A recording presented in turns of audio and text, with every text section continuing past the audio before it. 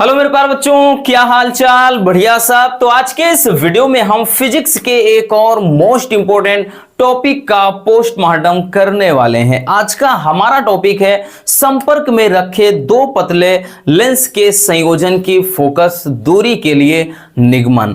यह टॉपिक किरण प्रकाशिकी एवं प्रकाशिक यंत्र का एक मोस्ट इंपॉर्टेंट टॉपिक है बच्चों।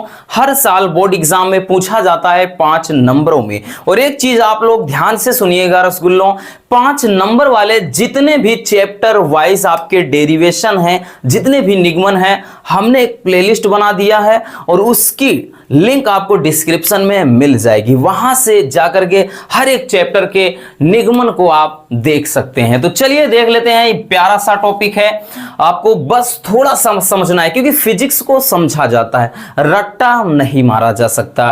ठीक समझ गए रसगुल्लों? 5 नंबर का टॉपिक है तो आपके लिए काफी बढ़िया होगा। तो चलिए देख लेते हैं। सबसे पहले क्या आपको दिख रहे होंगे बच्चों कि संपर्क में दो लेंस रखे हैं। तो थोड़ा लिखने वाली चीजें जो हम स्टार्टिंग में लिखेंगे, तो लिखेंगे कि माना दो पतले लेंस L1 व L2, ठीक, L1 व L2 संपर्क में रखे गए हैं, दोनों पास पास रखे हैं बच्चों।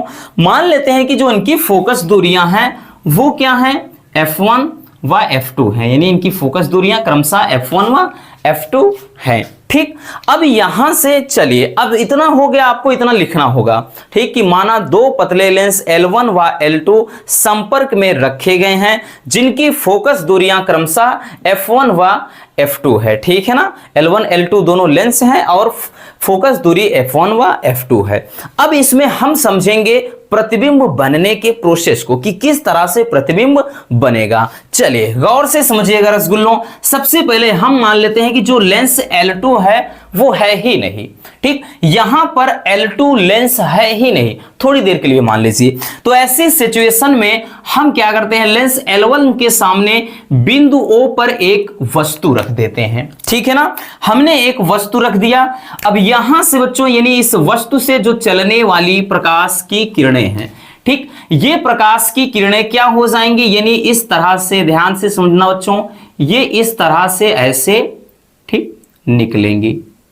ठीक है ना, मतलब इस तरह से ये प्रकाश की किरणें, मतलब यहां से अगर हम देखेंगे तो ये प्रकाश की किरण कुछ ऐसे ही जाएगी। मान लेते हैं कि ये प्रकाश की किरण कहां पर मिल रही है, जाकर के किसी बिंदु I डैश पर मिल जाती हैं। ठीक, कब? जब लेंस L2 ना हो। समझ में आ गया? तो ये चीज हमने बताया कि बच्चों जब लेंस L2 ना हो, ठीक, लेंस L2 ना हो तो ऐसी सिचुएशन में लेंस L1 के द्वारा O पर रखी वस्तु का जो प्रतिबिंब है वो I डैश पर बनता है। अब मान लेते हैं कि जो यहां पर दूरी है, ठीक, हम मान लेते हैं बच्चों कि जो वस्तु की, यानी जो लेंस है और यहां वस्तु, तो लेंस से जो वस्तु की दूरी है हम मान लेते हैं वो क्या है, U है। ठीक, U दूरी पर एक वस्तु रखी गई है और इसी लेंस से जो प्रतिबिंब की दूरी निकालेंगे, यानी हम I के बीच यहां पर, ठीक, इसके बीच की जो दूरी निकालते हैं बच्चों, वो हम मान लेते हैं कि दूरी कितना है, तो वो है V डैश। ठीक, वो दूरी है V डैश। तो ऐसी सिचुएशन में ध्यान से समझना, अब लेंस L1 के द्वारा हम लगाएंगे लेंस का सूत्र। तो लिखेंगे बच्चों लेंस L1 के लिए, लेंस L1 के लिए हम लिखेंगे क्या हो जाएगा, अब सूत्र के यहां से लेंस L1 के लिए लेंस के सूत्र से, अब लेंस का सूत्र क्या होता है बच्चों, तो होता है फार्मूला 1/f। अब f का मतलब लेंस L1 के लिए हो रहा है तो इसकी फोकस दूरी हमने मतलब F1 माना है, तो 1/v। अब v का मतलब बच्चों यहां से जो प्रतिबिंब बन रहा है उसकी दूरी हमने कितना रखा है, v डैश, -1/u होता है, और u तो u है ही। ठीक है ना, जो u है ये तो u है ही। तो ये आपका हो जाएगा इक्वेशन नंबर 1। ठीक, ये क्या हो जाएगा किसके लिए, जब लेंस केवल L1 हो। L2 समझ लीजिए, हमने L2 को इग्नोर रखा है, यानी L2 अभी मान लीजिए बच्चों है ही नहीं। ठीक, अब मान लेते हैं क्या कि अब हम लेंस L2 को भी मान लेते हैं। ठीक, अब ये जो L2 हो जाएगा इसके लिए जो आई डैश है बच्चों, ये क्या करेगा, वस्तु का कार्य करेगा। जिस तरह से L1 के लिए O वस्तु का कार्य कर रहा है, उसी तरह रसगुल्लों आई डैश है। तो भाई अगर हम L1 को अब लेते हैं कि ये है ही नहीं, तो ऐसी सिचुएशन में L2 के लिए जो I है वो काम करेगा किसका, वस्तु का काम, आभासी वस्तु का कार्य करेगा। और मान लेते हैं कि ये जो आई डैश है, ये जब वस्तु का कार्य करता है तो ये किसके द्वारा, यहां पर अगर हम ऐसे अभिलंब भी अगर खींच देते हैं बच्चों इसे, तो ये कहां पर प्रतिबिंब बनाता है, ये प्रतिबिंब मान लेते हैं यहां पर बना देता है। कौन, लेंस जो L2 है, ये लेंस जो L2 है ये प्रतिबिंब बना देता है बच्चों, यानी इस आई डैश का प्रतिबिंब बिंदु I पर बना देता है। अब जो L2 है, सॉरी हाँ L2 है, L2 से I तक की दूरी बच्चा ये कितना हो जाएगा रसगुल्लों, जरा बताइएगा।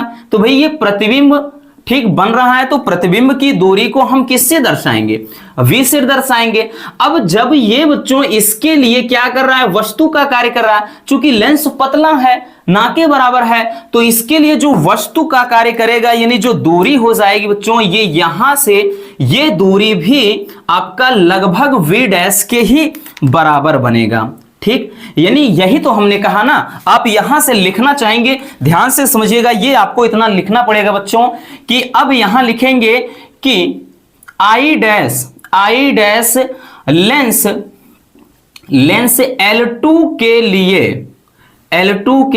लिए आभासी वस्तु का कार्य करता है, आभासी वस्तु का कार्य करता है तथा इसका प्रतिबिंब कहां पर बनाता है बच्चों, I पर, तथा इसका प्रतिबिंब I पर बनाता है।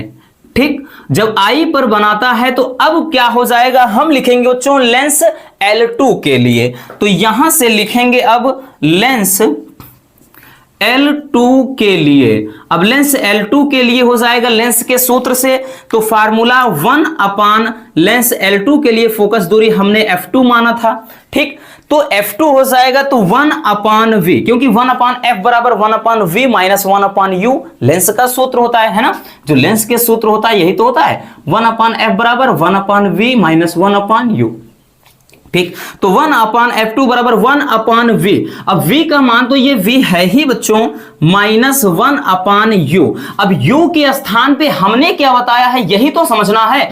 जो I डैश है वो अब L2 के लिए देखिए हमने लिख दिया है बच्चों कि आभासी वस्तु का कार्य करता है। तो वस्तु का कार्य करता है तो लेंस ये वाला अत्यंत पतला है, तो समझ लीजिए इसके बीच भाई जो दूरी है वो नगण्य है, ना के बराबर है। ऐसी सिचुएशन में जब ये वस्तु का काम करेगा तो इसकी दूरी भी वस्तु की दूरी, और ये है क्या, V डैश। ठीक है ना, अब इसको अपन क्या मान लेते हैं, इक्वेशन नंबर 2।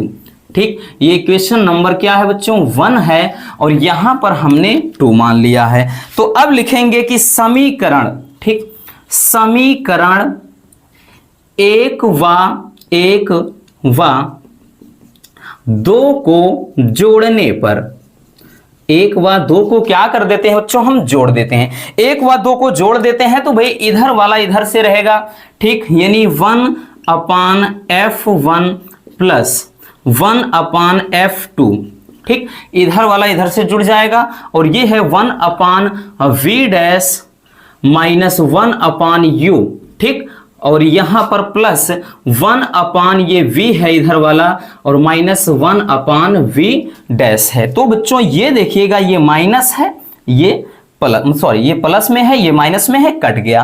तो अब यहां से बच्चों हम क्या लिखेंगे, ध्यान से समझिएगा, यहां पर हो गया 1 अपान F1 प्लस 1 अपान F2 बराबर, यहां पर बचा क्या है, तो 1 अपान V माइनस 1 अपान, माइनस में 1 अपान ये U है। इसको थोड़ा सही से लिख देते हैं ऐसे, ठीक, यानी सीधा लिख देते हैं बच्चों। तो ये इसको हम लिख सकते हैं कि 1 अपान V माइनस 1 अपान U बराबर 1 अपान F1 प्लस 1 अपान F2। अब 1 अपान V माइनस 1 अपान U आपने पढ़ा है, ये दिख भी रहा है, इतना बराबर F होता है। क्योंकि मान लेते हैं बच्चों इन दोनों लेंस के मतलब लेंस के जगह पर हम एक लेंस रख दें, तो ऐसी सिचुएशन में जो इसके बराबर हो जाएगा, क्या हो जाएगा, F हो जाएगा। तो 1 अपान F हो गया, बराबर ये है बच्चों 1 अपान F1 प्लस 1 अपान F2। ठीक, यही क्या हो जाएगा बच्चों, संयुक्त लेंस के लिए फोकस दूरी। ठीक, यही हो जाएगा संयुक्त लेंस के लिए फोकस दूरी का सूत्र, और यही हमें फाइंड आउट करना था, यही हमें इसमें पता लगाना था, यही चीज ज्ञात करना था। लेकिन इसमें कुछ विशेष स्थितियां होती हैं बच्चों। ठीक, इसमें कुछ विशेष स्थितियां होती हैं। अब विशेष स्थितियां कौन कौन सी होती हैं, चलिए समझ लेते हैं। ठीक, सबसे पहला बच्चों कि मान लेते हैं कि दोनों लेंस अगर उत्तल हों। ठीक, लिखेंगे कि यदि दोनों लेंस, ध्यान से समझना, ये बहुत जरूरी है आपके न्यूमेरिकल्स के लिए, यदि दोनों लेंस उत्तल हों, अगर उत्तल हो बच्चों, तो ऐसी सिचुएशन में भाई क्या हो जाएगा, जो F1 है वो भी प्लस में रहेगा और जो F2 है वो भी धनात्मक ही रहेगा।